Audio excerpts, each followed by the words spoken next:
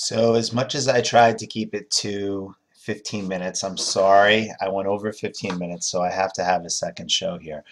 When last we left, we were talking about the impact of urbanization. And with all of these people flooding the cities, we're going to see that that's going to have a really interesting influence on American culture and things that we see today. So there's problems, of course. All of these people put a tremendous pressure on the sanitation system, crime, overcrowding, but it also led to social things that I think are very interesting and we still see today. The New York Yankees, large sporting events, large sporting venues. There's now a market for that type of entertainment. Public parks, Olmsted's Central Park. I mean, we've probably all been there, and it's just so incredibly beautiful. I think sometimes we forget, uh, just how amazing it is right in the middle of one of the biggest cities in the world.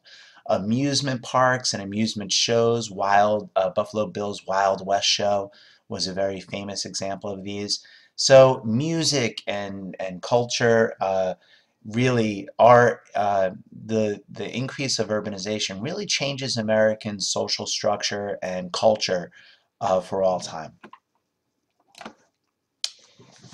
The added increase of large government that's needed to run a city is going to open up these cities, these municipalities, to corruption. And we see this most famously with a guy by the name of William Tweed. William Tweed ran a political machine called Tammany Hall. And this is sometimes confusing to students. He wasn't an elected official. He was a political boss, and really he used his influence to get other people elected, and then those people were in his pocket, so to speak. So if you think about government and what government does, especially municipal government, large cities like New York, there's a lot of things going on. There's a lot of people who are on the public payroll. There's a lot of jobs that need to be done, especially during this time with the huge increase of population to the cities. We see a lot of building projects have to be done. Who's going to build those building projects? Who's going to get the contracts, more importantly, to build those building projects? What type of oversight is there? And William Tweed really took advantage of his position and was able to make hundreds of millions of dollars doing so. He used a process that is sometimes called graft.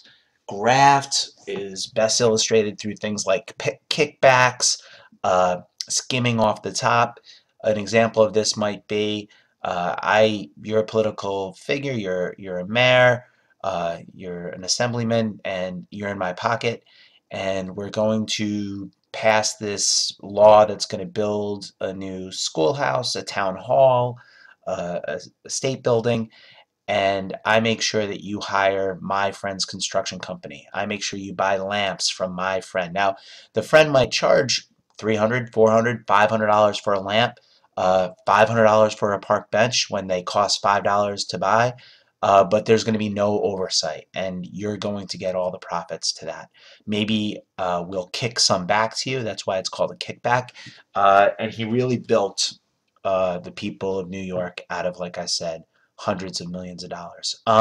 What's interesting, though, is that in some ways, Tweed provided social services that weren't really around back then. So Tweed and his men would go into areas and say someone was out of work or someone was injured. They might show up at the guy's apartment, tenement apartment, with a basket of fruit and maybe a couple bucks in the basket.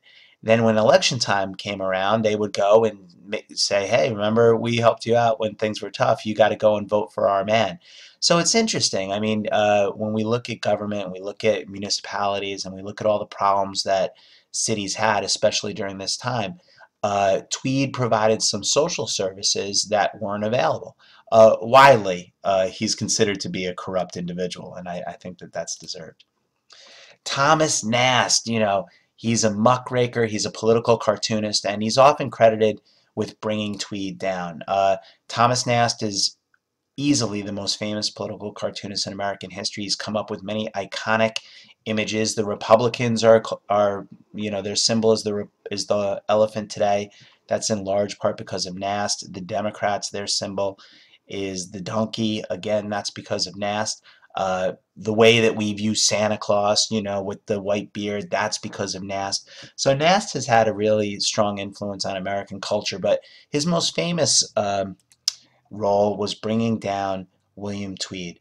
Nass used political cartoons, and if you think of the average person in New York at this time, they were more than likely immigrants. They were illiterate. They didn't read, but they could look at these cartoons. And even even Tweed commented, "My people don't read, but they see these cartoons. They see these pictures," he said, and he was irate about it.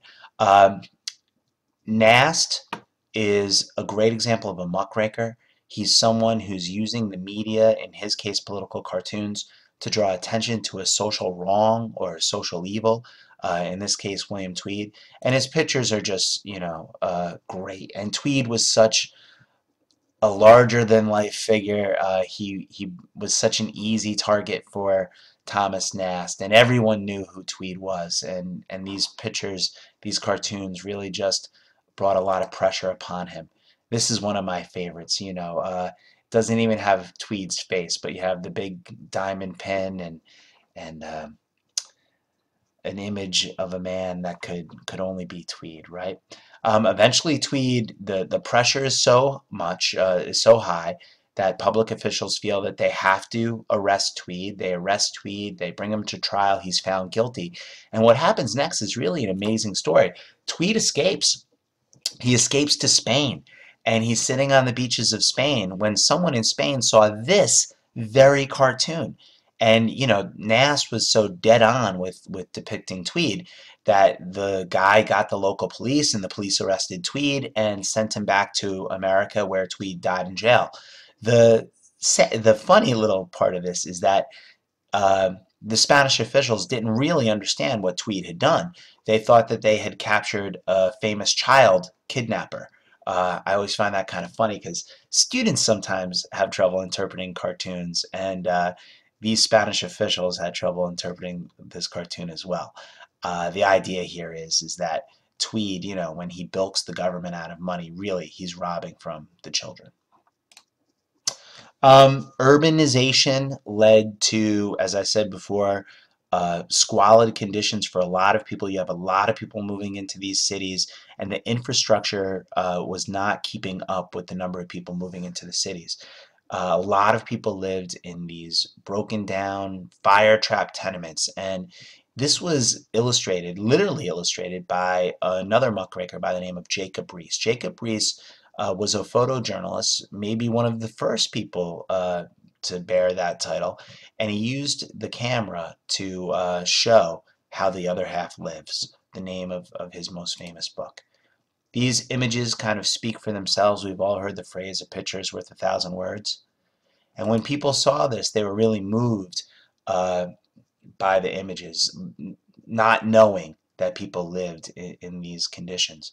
Uh, Earlier in the presentation, I showed you a diagram of these dumbbell tenements. You can imagine how many people were shoved into these rooms. I said fires happened all the time.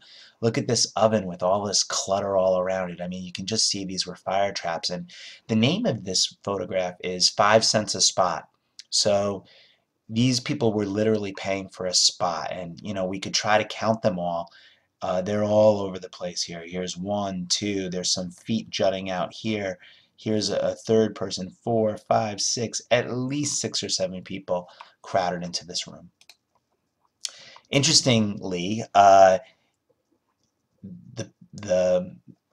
publishers of the book were afraid that this newfangled photography wouldn't be very popular with people, and they asked Jacob Riis to include drawings to correspond with all of his photos. So you can obviously see that this is a drawing that was taken from the photo that I just showed you. Here's another one. Again, this family, probably this is their entire living space. Again, 1, 2, 3, 4, 5, 6, 7. Very difficult conditions. Fires happened often. These Obviously everyone in this family worked. Not the little ones, but you can imagine at a very early age, these people are probably going off to the factory. Hell's Kitchen, kind of this pitiful scene of these children, just sleeping in the gutter. These images really moved a lot of people. And I think these images speak for themselves. Well, that's it. I tried to finish it all up in one 15-minute period, but I couldn't do it. Uh, Watch this video, and it gives you an opportunity. You can pause it for any notes that you want to take. You can watch it again if you want to refresh your memory about a particular content. And I'm really excited about this week. Doing the lecture in this format will give us an opportunity to do some things in class that we otherwise wouldn't have an opportunity to do. We mix things up. If you absolutely hate this, don't worry, we're not going to do it every week. But I do think that we're going to have an opportunity to do some interesting and lively things this week. So I look forward to it. I hope this helped.